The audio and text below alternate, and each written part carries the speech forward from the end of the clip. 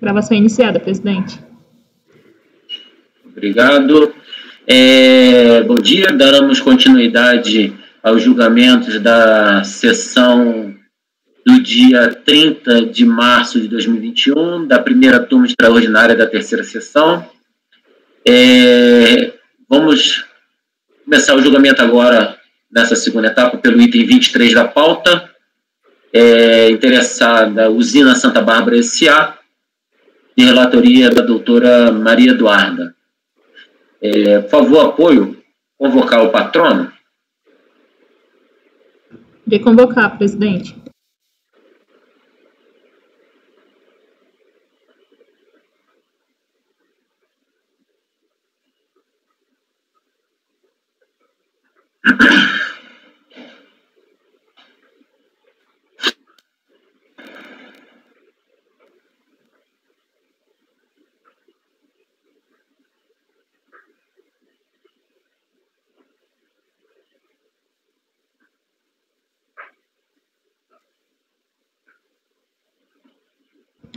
Patrono convocado, presidente.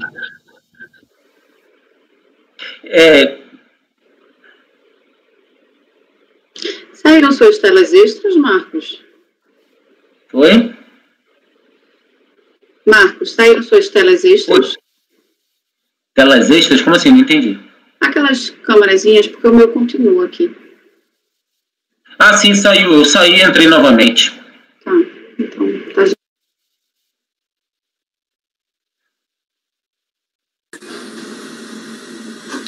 Bom dia a todos. Bom dia, doutor Tiago. Bom dia, presidente. Bom dia, bom dia. Bom dia a todos. Bom dia, conselheiros. Bom dia. Conselheira relatora.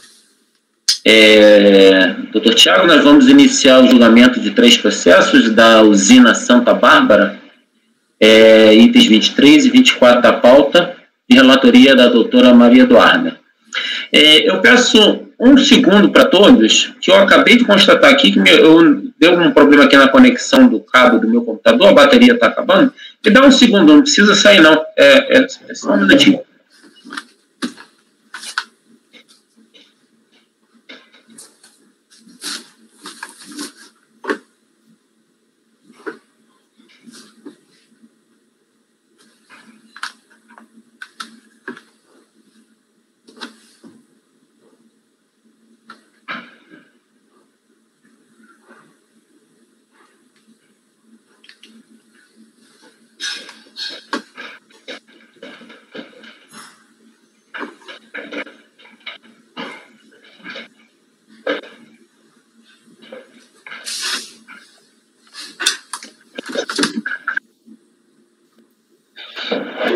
Desculpe, gente. Quando eu olhei aqui, ele deu uma piscada. Então,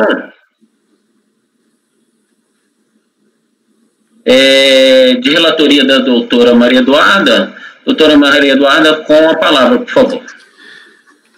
Só um único ponto, presidente e conselheira relatora. Os itens a serem julgados conjuntamente vai ser do 23 ao 25? Isso. Beleza. Isso, presidente. Acho que houve só uma falhinha que você mencionou no começo, 23 e 24, mas é 23, 24 e 25. Perdão, 23 a 25, perdão. Perfeito, obrigado. Posso começar, presidente? Sim, por favor. Os 3 processos, eles são idênticos, a matéria de fundo de análise ela é a mesma, então acho que a gente pode julgá-los em conjunto, como já mencionamos anteriormente. A gente está diante de um pedido de compensação de uma matéria já bem conhecida por esse colegiado, a discussão de crédito de COFINS não cumulativa, foi deferido parcialmente pela DRF e não foram deferidos 2 pontos que foram mantidos pela DRJ em deferimento do direito creditório do contribuinte. A gente está discutindo aqui glosas relacionadas ao transporte que está cadastrado nas contas do contribuinte, transporte turma, que a gente está diante de transporte de funcionários do contribuinte, e aí eu vou deixar para o próprio patrono tratar com maior detalhe tanto os argumentos de defesa dele quanto os aspectos específicos da empresa, as características da empresa, sobre esse ponto, e também sobre o fundamento de arrendamento agrícola. Então, são essas duas despesas incorridas pelo contribuinte e que ela pleiteou o direito creditório e foi negado pela DRF e a negativa mantida pela DRJ. Tá? Então, diante dessa negativa da DRJ, o contribuinte interpõe um recurso voluntário, trazendo os fundamentos que ele já tinha trazido desde a sua manifestação de conformidade, no sentido de que ele teria direito a esses créditos, em razão ao que dispõe a legislação, e no primeiro ponto especificamente por enquadrá-lo com o conceito de insumos, que já é de conhecimento também, é uma matéria já recorrente nessa turma. Então, com isso, eu passo a palavra ao patrono, depois a autorização do presidente, e fico à disposição se o patrono entender que se faz necessário algum esclarecimento adicional do relatório, mas eu estou fazendo de forma sucinta para otimizar o nosso tempo, já que é uma matéria tão recorrente nesse colegiado. Obrigado, doutora Maria Eduarda. Doutor Tiago, com a palavra para a sustentação oral, o senhor tem 15 minutos. Por favor. Muito obrigado, presidente. Muito obrigado, conselheira relatora. Certamente não vou utilizar aqui os 15 minutos para a sustentação oral, como bem afirmou a relatora, é uma matéria já de conhecimento da turma. Inclusive, agradeço pela relatoria de forma sucinta. Acho que não há necessidade de gastar o tempo tanto dos senhores como de todo mundo, né, do funcionamento do CARF, com relatorias extensas de matérias já conhecidas. Aqui foi trazido em julgamento 3 processos, dizem respeito à glosa de crédito de PIS e COFINS do ano 2004, e os 2 itens glosados aqui que são trazidos, vou trazer eles para a pauta na ordem de menor para maior complexidade. Não que o outro seja complexo, mas um deles, que é o creditamento sobre arrendamento agrícola, é uma matéria que já foi decidida, inclusive, pela Câmara Superior de Recursos Fiscais, desde 2017, em caso idêntico ao da recorrente, ou seja, outra usina de cana-de-açúcar, e a matéria que se põe em tela com relação ao arrendamento agrícola é o seu enquadramento no conceito de aluguel de prédio, constante no artigo 3º, inciso 4º, das leis 10.637 e 10.833, né? O inciso 4º, ele confere o creditamento ao aluguel de prédio, e muito foi debatido no CARF, até ser decidido e ser sedimentado ali na Câmara Superior, que o termo prédio, ele abrange tanto a construção edificada quanto o terreno. E, na época, eu lembro que fizemos várias sustentações antes dessa matéria chegar à Câmara Superior, e foi feita uma digressão sobre o conceito de prédio, demonstrando que prédio não se confundia com o conceito de edificação, ou seja, o prédio, segundo o conceito civil, ele é considerado como um terreno com ou sem edificação. Então já foi decidido por diversas vezes em recurso voluntário e também sedimentado pela Câmara Superior de Recursos Fiscais pelo Acordo 9303-004-918. Sendo assim, a recorrente pleiteia que o creditamento sobre arrendamento agrícola lhe seja conferido com base no artigo 3º, inciso 4º. A outra glosa que vem a debate nesse julgamento diz respeito ao transporte de turmas, ou seja, o transporte de trabalhadores rurais feito dentro do processo produtivo do açúcar e do álcool.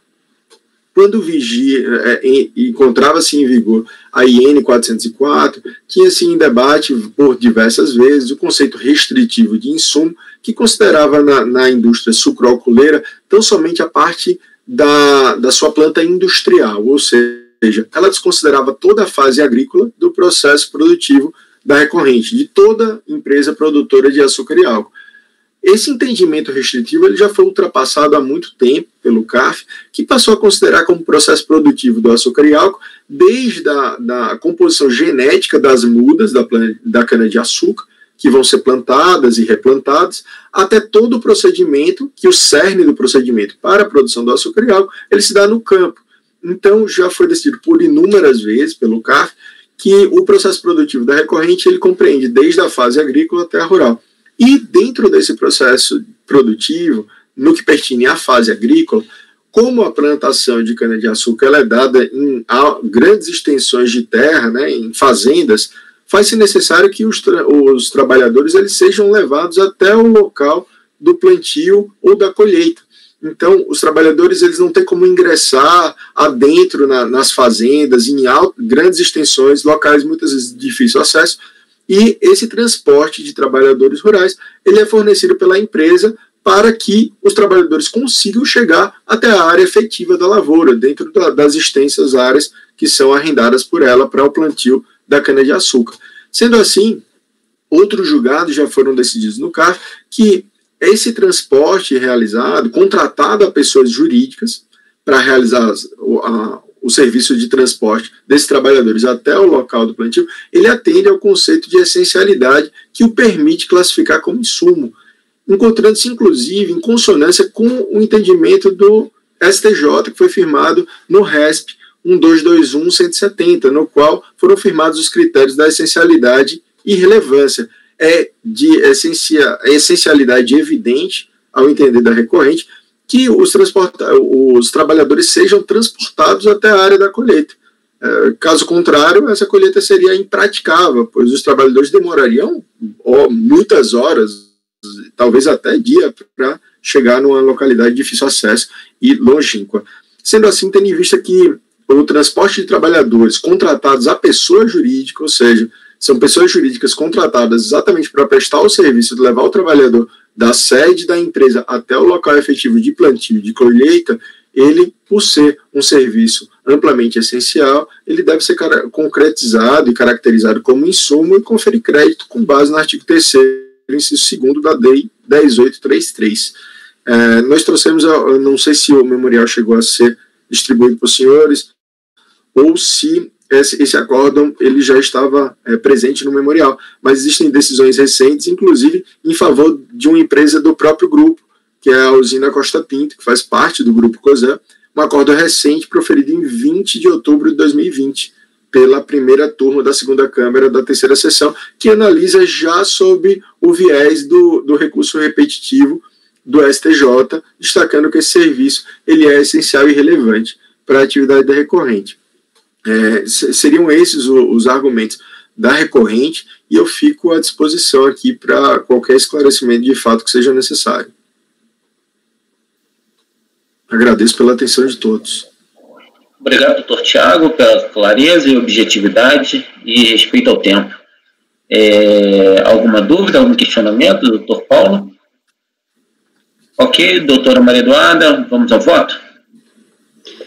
Sim, presidente. O recurso voluntário é tempestivo e reúne os demais requisitos de admissibilidade e, portanto, dele toma conhecimento.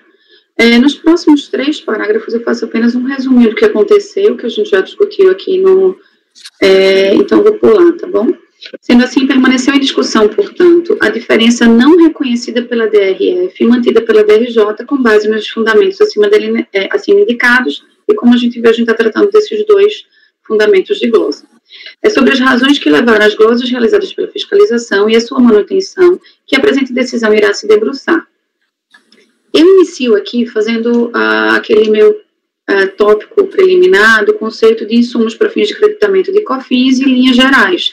Então, aqui, eu acho que também é desnecessário eu lê-lo todo, eu apenas traço aquela questão de como realmente a gente passou do momento da instrução normativa, da discussão da instrução normativa 247-404, que não há mais cabimento, que a gente está diante de um RESP já de aplicação obrigatória por parte desse colegiado, que é o 1.221.170, já mencionado pelo patrono, e que aqui a gente tem que realmente analisar os critérios que foram fixados dentro desse RESP. A gente sabe que, em que pese isso ter sido sedimentado, ainda há pontos específicos sobre a interpretação dessa decisão do RESP, então é basicamente sobre isso que nós vamos aqui analisar. Então, eu passo esse tópico aqui preliminar e venho para o tópico específico da glosa relacionada ao transporte de mão de obra. Sobre tais despesas, a recorrente trouxe os seguintes esclarecimentos de sua manifestação de inconformidade. O transporte de mão de obra que é indispensável em todo o processo de plantio, tratos culturais, colheita e industrialização, em decorrência da necessidade de constante vigilância das lavouras, em todo o seu estágio, são necessárias diligências diárias aos diversos fundos, agrícolas por agrimensores, agrônomos e demais empregados qualificados para a finalidade de tratar da cultura. É nítido que a atividade produtiva da empresa depende do transporte de seus funcionários, uma pelo fato da empresa se situar em zona rural e outra pelo fato da necessidade da mão de obra nas lavouras, que são tanto longínquas, havendo necessidade imperiosa de contratação de transporte para tal fim. Nem toda atividade da empresa é mecanizada, havendo a indispensável contratação de transportes terceirizados, assim como o próprio para que os funcionários tenham acesso aos locais de trabalho e possam exercer suas tarefas, tratos culturais, aplicação de herbicidas, insumos, corte, etc. Em seu recurso voluntário, assim se manifestou. A recorrente é uma sociedade anônima que tem por objeto social a produção de açúcar, etanol e seus subprodutos, assim como a administração agrícola de terras que visem a obtenção da matéria-prima utilizada por sua indústria, conforme se depende do artigo 3º do Estatuto Social em verbos. Então, ele traz a transcrição aí do artigo 3º do contrato social dele, que fala da importação, exportação de produção e comercialização de açúcar e álcool, cana-de-açúcar e demais derivados do produto agrícola. E aí, como o patrão já mencionou, ele continua transcrevendo a fundamentação dele do recurso voluntário. Ao analisar ditas despesas, em confronto com a decisão proferida pelo STJ sobre o tema, entendo que, tendo em vista a atividade específica exercida pelo recorrente, a despesa com o deslocamento dos seus funcionários apresenta-se essencial ao seu processo produtivo. Isso porque, considerando que a recorrente exerce atividade agroindustrial, consistindo seu objeto social na importação, exportação, produção e comercialização de açúcar, álcool, cana-de-açúcar e demais derivados de tais produtos, e que esta atividade produtiva engloba desde o plantio, o corte, o carregamento, a pesagem, até a produção do açúcar e álcool propriamente dita, entendo que o transporte de trabalhadores rurais para realizar tais atividades finda por integrar o próprio processo produtivo aqui analisado. Nesse contexto, penso que, no caso concreto apreciado, o transporte dos funcionários até o local do plantio, colheita, corte da cana-de-açúcar não configura um pagamento de um benefício ao empregado, mas sim um custo necessário para fins de viabilizar a produção da recorrente. Até porque, considerando que as atividades são realizadas em área rural, é certo que o acesso às mesmas é precário, o que me leva a concluir que a subtração desta despesa levaria à inviabilidade de a recorrente realizar sua atividade produtiva. É importante se ressaltar que não se está aqui concluindo que as despesas com o deslocamento de funcionários de qualquer empresa confeririam o direito ao creditamento de PIS e COFINS não cumulativos, mas apenas que, no caso específico da atividade desempenhada pela recorrente, em que tal transporte representa uma etapa integrante do processo produtivo da mesma, tal despesa se amolda ao critério de essencialidade firmado pelo STJ sobre o tema. Nesse contexto, entendo que há de ser revertida a glosa e em comento face ao enquadramento desses dispêndios nos parâmetros fiscais pelo STJ ao julgar o RESP 1.221.170, cuja observância, repise, se vincula a este colegiado. Então, esse é o minha análise. Quer fazer por bloco, presidente, ou vai fazer tudo? Não é necessário, nós só temos 2 itens, é tranquilo. Quando a gente tem vários itens, a gente vai item por item para depois não se perder. São só 2 itens, pode dar continuidade ao seu voto. Tá bom. O segundo tópico, das despesas relacionadas ao arrendamento agrícola. Quanto à glosa relacionada ao arrendamento de imóveis rurais, da mesma forma, entendo que assiste razão ao contribuinte de seus fundamentos, visto que a legislação admite expressamente o direito ao crédito no caso de aluguéis de prédio. E conforme restou esclarecido pela Solução de Consulta 331 de 2017 da COSIT, abaixo colacionado, o conceito de prédio engloba tanto o prédio urbano construído quanto o prédio rústico não edificado. E aí eu transcrevo a solução de consulta que eu mencionei. Este entendimento, inclusive, já se encontra pacificado na Câmara Superior de Recursos Fiscais, consoante se está de decisão a seguir colacionada. E aí eu trago a decisão proferida no acórdão 9303007535, de 17 de outubro de 2018, que traz uma conclusão nesse mesmo sentido. Deixa eu só ver aqui. Arrendamento de imóveis rurais, prédio rústico, possibilidade. Cabe a constituição de crédito das contribuições sobre o arrendamento de imóveis rurais, prédios rústicos, utilizados nas atividades da empresa, nos termos do artigo 3º, inciso 4º da Lei 10.637, de 2002, e da Lei 10.833, de 2003. Para tanto, é de se considerar que o termo prédio de que trata tal dispositivo abarca tanto o prédio urbano quanto o prédio rústico não edificado, desde que a Lei 4.504 de 64 e a Lei 8.229 de 93 define imóvel rural como sendo prédio rústico, de área contínua, qualquer que seja sua localização, que se destine ou possa se destinar à exploração agrícola, pecuária, extrativa, vegetal, florestal ou agroindustrial, quer através de planos rústicos de valorização, quer através de iniciativa privada. Outro sim, não é demais registrar que nos termos do artigo 9º da Instrução Normativa 1396, de 16 de setembro de 2013, o conteúdo da solução de consulta COSIT, da solução de divergência, tem efeito vinculante no âmbito da Receita Federal do Brasil a partir da data da sua publicação, independentemente de quem seja o consulente, desde que a hipótese sob análise se enquadre na situação que for objeto da consulta. E é justamente esta hipótese que ora se analisa, onde há um perfeito enquadramento entre o conteúdo da solução de consulta acima transcrita e o caso concreto em julgamento. Logo, diante desta solução de consulta, deixa de existir lide propriamente dita, visto que nem a própria fiscalização poderia se contrapor ao entendimento ali firmado. Sendo assim, entendo que deverá ser reconhecido o direito creditório contra tais despesas, revertendo-se a glosa realizada pela fiscalização. Diante das razões sobreexpendidas, voto no sentido de dar provimento ao recurso voluntário para fins de reverter as glosas relacionadas às despesas com transporte de funcionários e com arrendamento agrícola, como voto, presidente. Obrigado, doutora Maria Eduarda. Doutor Paulo, alguma observação? Se não, pode ir direto ao voto, por favor. Eu acompanho a relatora. Eu também acompanho a relatora integralmente. Esse assunto também realmente já está, como o próprio patrono já mencionou, e a doutora Maria Eduarda no seu voto, já está pacífico aqui no CARF. Então,